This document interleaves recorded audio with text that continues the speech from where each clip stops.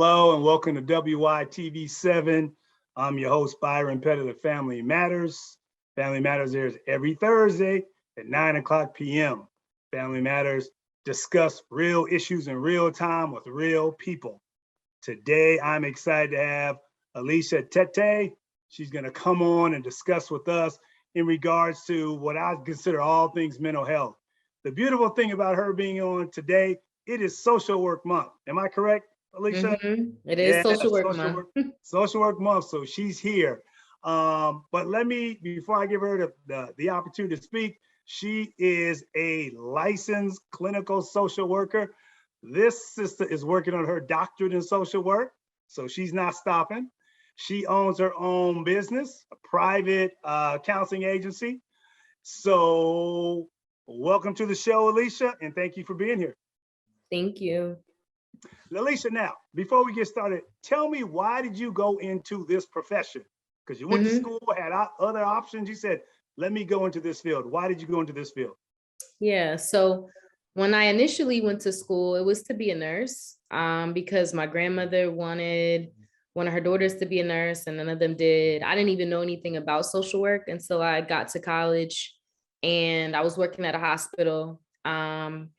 And I saw this lady kind of like working with the families and they were all like happy to see her. I was like, oh man, I wonder what she does.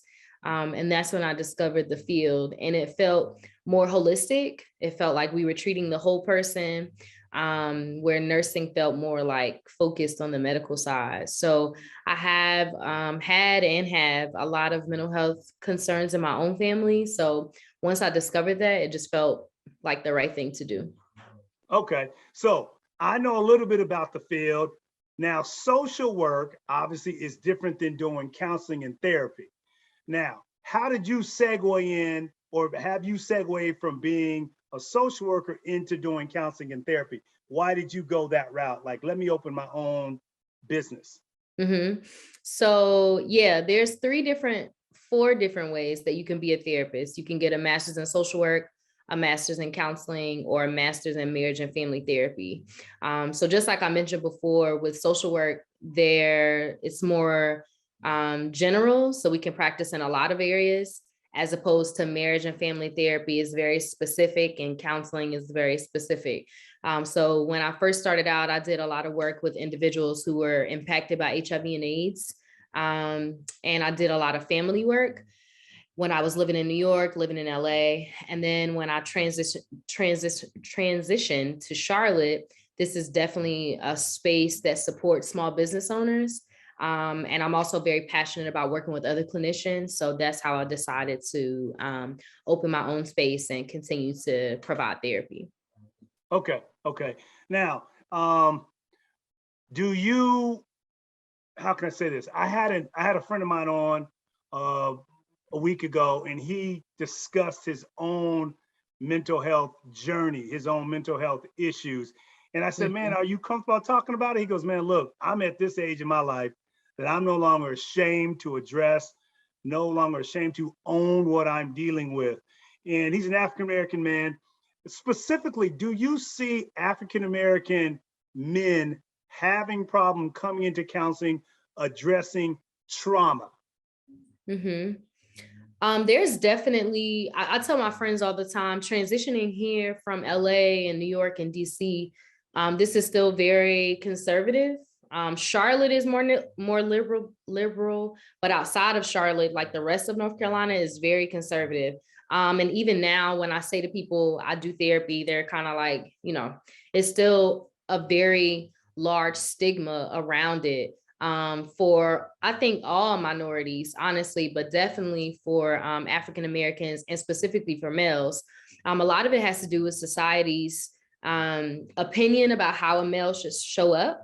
And so I have a lot of male clients, I have a lot of couples, but there is still this idea that we're supposed to be able to manage and do and handle everything.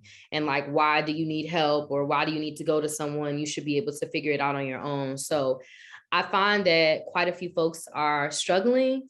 But again, it has a lot to do with because of how society feels we should work through things. But my message to folks is, we all need support in a variety of ways. And just because your parents did it a certain way, or your siblings or your friends, that doesn't mean that anything is wrong with you for doing it the way that you have to do it. Okay. And again, specifically, you answered the question in regards to men.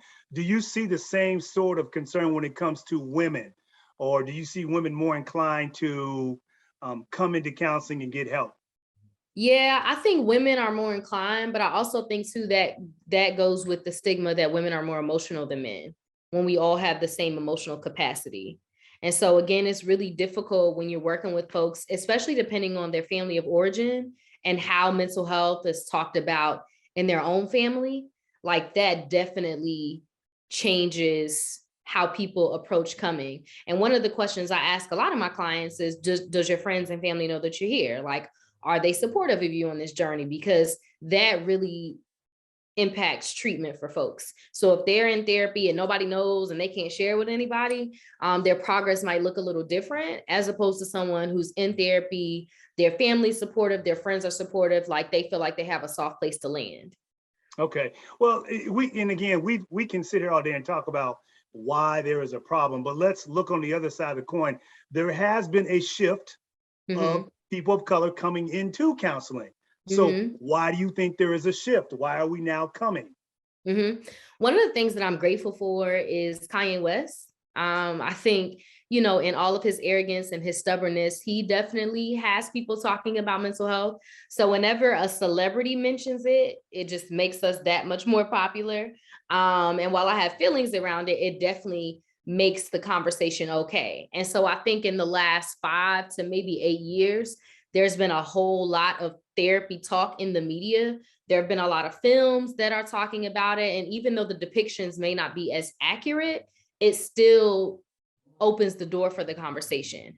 I'm a huge basketball fan, huge basketball fan. And even when Kobe passed away, I sat on a panel where we talked about the impact of trauma and why so many people were grieving, even though they never met him. And so I think the access to the internet and to social media has definitely changed folks' lens and perspective around mental health. And then just celebrities and people talking about it more gives people the space to say, like, okay, me too.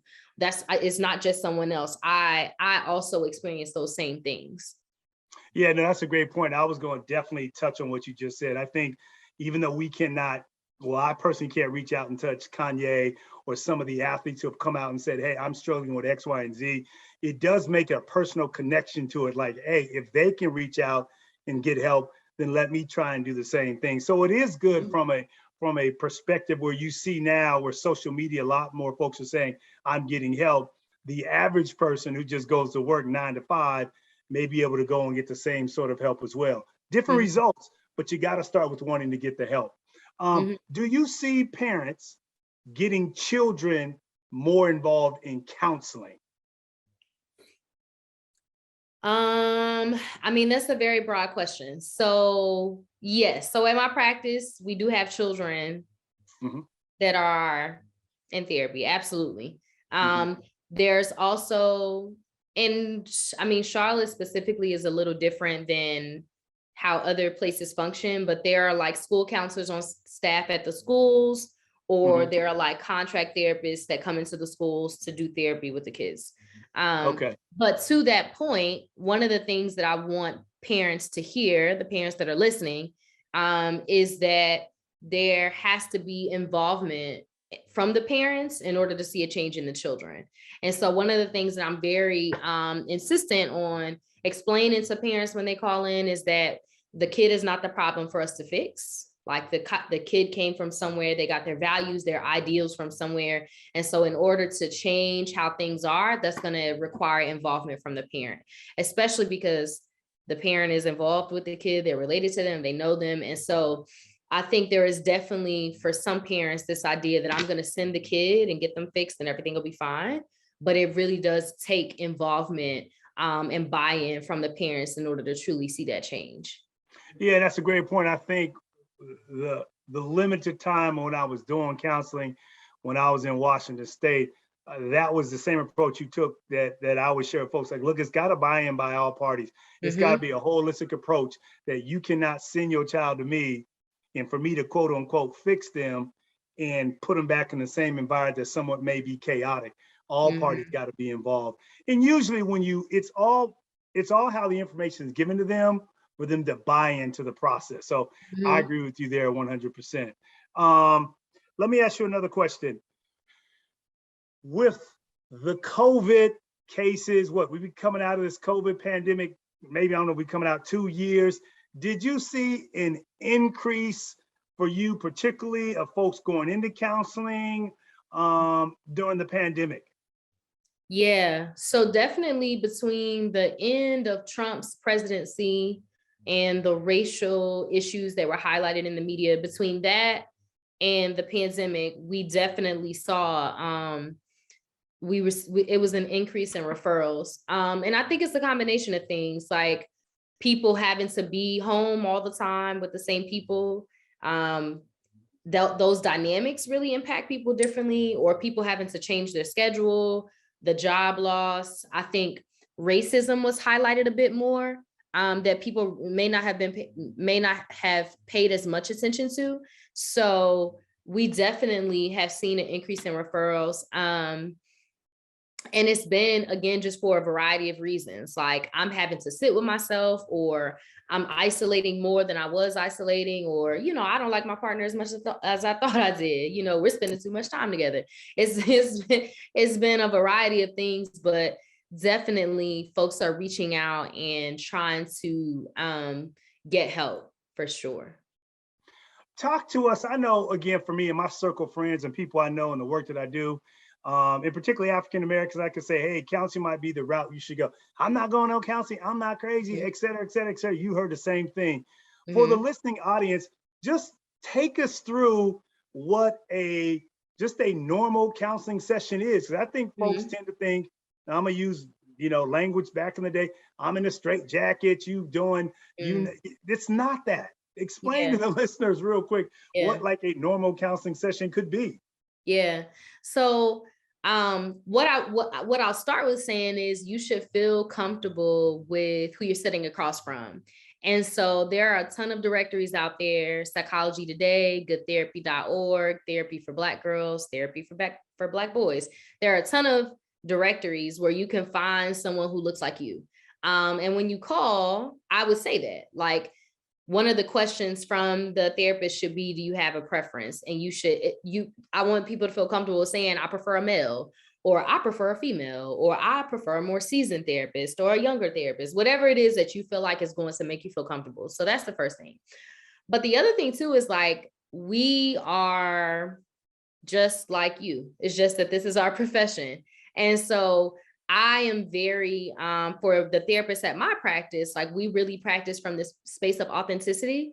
We're not using this large jargon. We're not throwing out these terms that people don't know. And we do a lot of normalizing and validating that we all go through things. Me in particular, I have suffered with anxiety, and I talk very openly about that, about how I have my own therapy, what has been helpful for me, how I worked through my own panic attacks that I had in the past. And so definitely understanding that the person that you're sitting across from, you should feel safe with, emotionally safe. You should not be sitting across from a therapist that you feel like is judging you or falling asleep. That's something I've heard recently. Therapists are falling asleep. But yeah, feel free to ask questions and but I think the other thing too is, a therapist is not going to tell you what you want to hear. And so we are not your friends. We are not a yes man. So I think that's the other part too, like being open to being challenged, because that's a part of it, but understanding that the long-term goal is that you're leaving differently. You're leaving with a different perspective. You're leaving with more insight. You're leaving with some tools if you came in for tools. But it can be, I totally understand. My friend said it's like speed dating, finding the right therapist for you. And being able to be in relationship and open up to them, but that time with them is truly your time. So whether you need that time to cry for 45 minutes or you want to rant for an hour, like whatever you need, like that is what that time is for. And you should be in a space and with somebody that you feel comfortable doing that. Okay. Thank you for that. We're going to go to a commercial break. When we come back, I want to talk to Alicia in regards to some of the things we're seeing at schools, the shaming and the bullying, maybe some things she can help parents in regards to her children, the children who may be experiencing that. We'll be right back. I'm Dr. Raquel Tolson, host of Blessed Mindset Matters. Is your mind on your money? Are you ready to be more intentional with your money? Then get my free booklet, Mind on My Money, Plan, Pocket, Protect. In this booklet, I offer you practical suggestions on planning intentionally, pocketing wisely, and protecting your money. Get the booklet at www.raqueltolson.com. That's RAYKELTOLSON. Get your free copy today. Hello, we're back. I'm Byron Pettit, the host of Family Matters. We're here with Alicia, unpacking some good information in regards to going to counseling, mental health, and the whole nine. Before we went to break, Alicia, you talked about, or I asked you to take us through what a typical counseling session would look like, and you gave us some insight in regards to obviously wanting to be comfortable. It may be a space for 45 minutes that you need to talk or you need to cry. But specifically, let me ask you this question. I know for me personally, if I've gone to counseling, I'm going to look for somebody that looks like me. Not saying somebody who can't look like me can't do an effective job, but culturally, there will be some connection and some understanding for me to be able to get my point across, and hopefully for the counselor to identify with. Talk to me from your perspective. Do you think that's a necessary need to identify with somebody who looks like you, or can anybody meet the needs based on what you're there for? So definitely, I always encourage folks to, when you're calling for a consultation or when you're looking at their website, to see if they match what you're looking for, whether that is race or gender or school or specific focus. Everybody has different preferences, and I don't think that we should be ashamed to say what those preferences are. Now, for some people, they're open. You know, I operate a teaching practice, and I'm very clear with that to folks, which means my practice is an internship site. So I have a therapist and training program. So these are graduate level students who are getting their master's degree and they're learning how to be a therapist. And if any clients agree to see them, they see them at a discounted rate or they see them for free. And so one of the things that we say on the phone is, are you open to a therapist in training? And clients are more than welcome to say no. And so I think really encouraging folks to consider, like, this is what I need, asking, I want to be paired with a female, or I prefer to be paired with an AfricanAmerican, or I want someone Spanish speaking. Like, I think when you're calling and doing these consultations or sending that intro email, that is the opportunity to say, this is my preference and this is what I'm going to need in order to feel supported. Thank you for that. And I appreciate, again, for the listening audience, if you heard what she said, make sure you ask specific questions so you can get your specific needs met. Because the last thing I would want for you to do, or Alicia would want you to do, is to enter into a counseling relationship and not be a good fit. You know, the whole goal, my hope is to think for you going to counseling is to get the support and the help that you're needing. So to segue into counseling and getting the help that you need, we are seeing a lot more of suicide in the media, unfortunately. And every time for me, when I hear it or I see it, whether a person looks like me or doesn't look like me, it just hits me like, what's going on, or what was not heard or being seen by the person who unfortunately took their lives. Talk to us from your perspective, why you think we're seeing a lot more of this in the media, and unfortunately, maybe why it's happening, if you can kind of address that. So the statistics around suicide have been pretty consistent for the past like 5 to 10 years. So the age group, the gender, as far as committed, males commit more and females attempt more. So those statistics are pretty, they've been consistent. I think what's happening now, though, is just like I mentioned earlier, with internet comes access. And so we're hearing about these stories more, and the media curates, you know, what we take in. And so I think definitely there's more access to suicide, especially for children. There are more links and blogs and videos, and there are all these things on the internet. And so it's really important for parents to be monitoring what people are taking in, and also to not live in this land of, oh, my kid would never, I'm not going to talk to them about that, they're too young. There are cases of middle schoolers attempting and talking about sex and talking about substance use. So I think for those listening, for the parents listening, never feel like anything is too young. Just find the language to talk to them in their language, because if we don't talk to them as parents, they're going to talk to their friends about it. So that's one thing to keep in mind. Another myth that people kind of carry that's not true is if I talk about suicide, I'm going to make a person try to commit. There's no research that supports that. So we should definitely be having conversations about what to do with your feelings.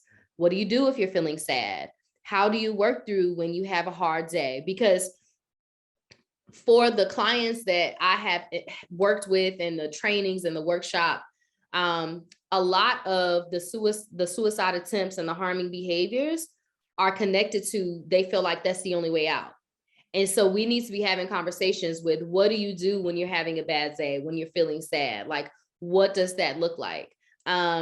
So definitely having more open conversations, especially not being afraid or thinking like, oh man, they're too young. If they're asking you, that's because they've already asked or saw it somewhere else. And so I think to take that as the time to sit and talk about it as a family, whether you are co-parenting, single parent, or together, sitting down and having that conversation. Like I mentioned too, with the death of Kobe, when we start to hear about folks passing away in the media, whether we knew them or not, there's something called vicarious trauma.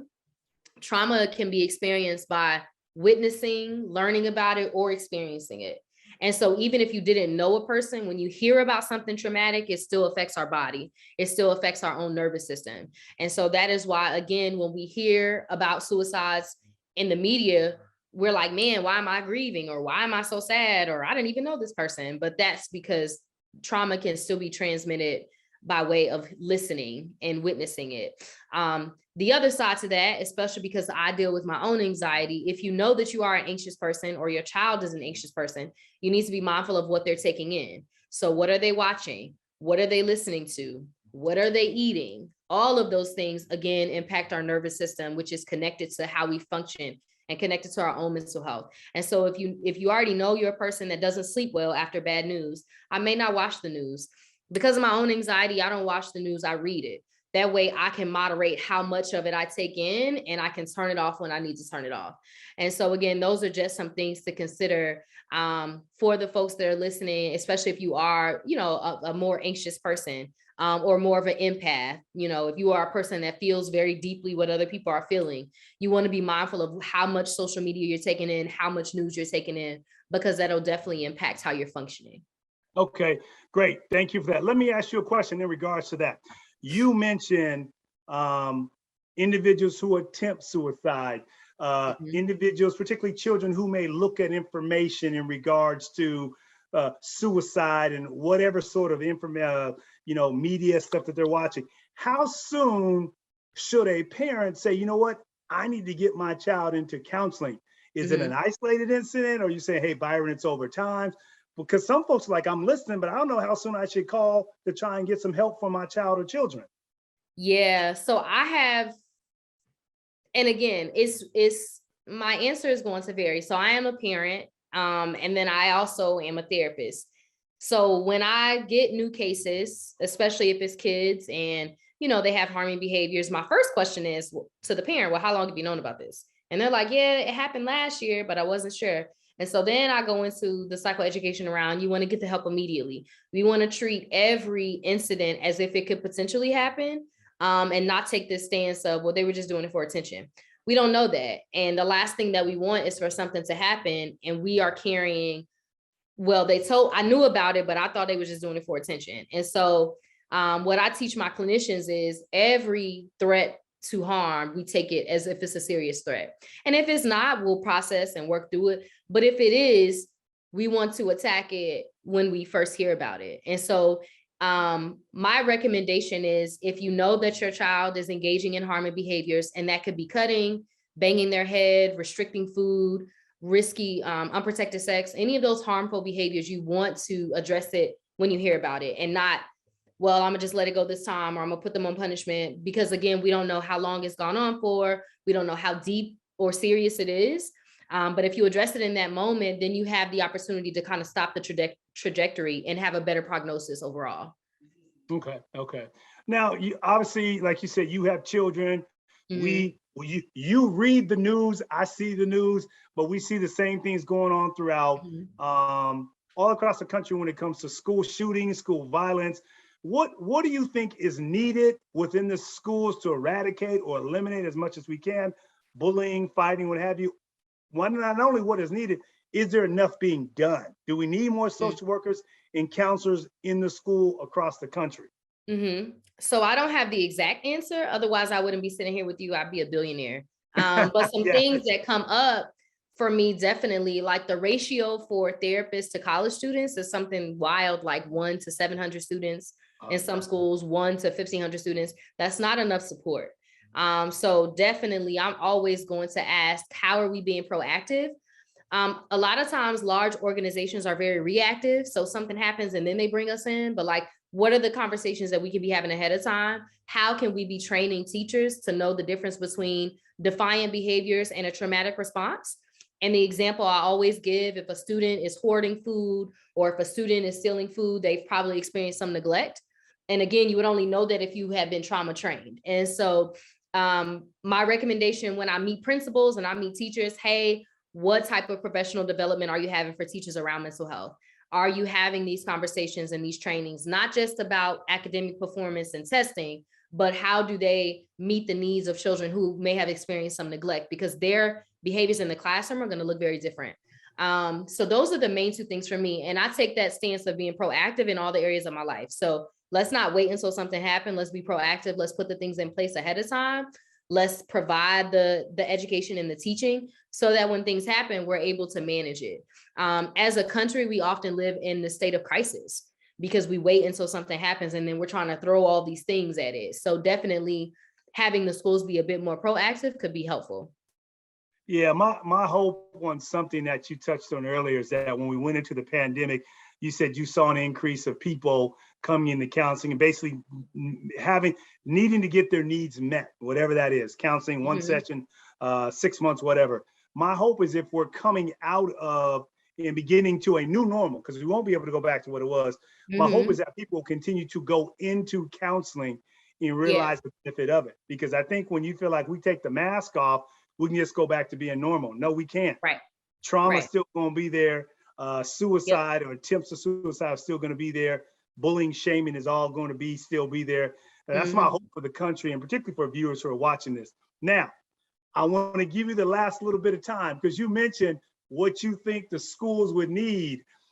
How can the folks get in contact with you, whether they're in North Carolina? I don't know if you fly across the globe. If they pay you enough, maybe you will come. But how can folks really intentionally get a hold of you if this is something that you could provide for a school, for an organization, what have you? Name, company email. How do we get a hold of you? Yeah, so we definitely, like I mentioned earlier, we provide outpatient therapy to adults and children, couples and families. We provide educational trainings and workshops. We've done professional development for schools. I am a crisis responder in Charlotte, so I will often go to organizations after a suicide of an employee has happened or a bomb threat or anything like that. So we provide crisis intervention, and then I'm an internship placement site. So if anybody's watching, you're in school, you need a place to intern. We can be reached at info@buildingendurancepllc.com. And our contact number is 980-288-5486. If you Google Building Endurance PLLC, we come up. We do travel. And yeah, we are, if I cannot meet the need, I'm sure I know somebody that does. And so please feel free to reach out, anything pertaining to mental health. And if I cannot meet that need, I'll definitely connect you with somebody who can. Okay. Thank you for that. Alicia, I appreciate you coming on and providing insight and giving some good information and practical information in regards to whether you're going into counseling, your child needs to get into counseling, what needs to be done. And my hope is that people will reach out to you, because mental health is something serious. We all have some form of mental health that we need to work through. And there's nothing wrong with being healthy. We shouldn't be afraid to be healthy. And we shouldn't be afraid to say, look, I'm getting help. A healthy person makes you healthy for the next person you come in contact, whether it's your partner or your children. That's what we need to be doing. If you need to reach me, you can reach me at 704-288-4612, or you can contact me at my website. It's www.practicalfamilyresolutions.com, or email me at practicalfamilyresolutions@gmail.com. Alicia, I hope to have you on here again. And the more I have you on here, one day I'm gonna call you doctor. I can't wait for that day. Yes, I will be doctor by the end of the year. Okay, all right. Thank you for coming on. Thank Have a you. good day.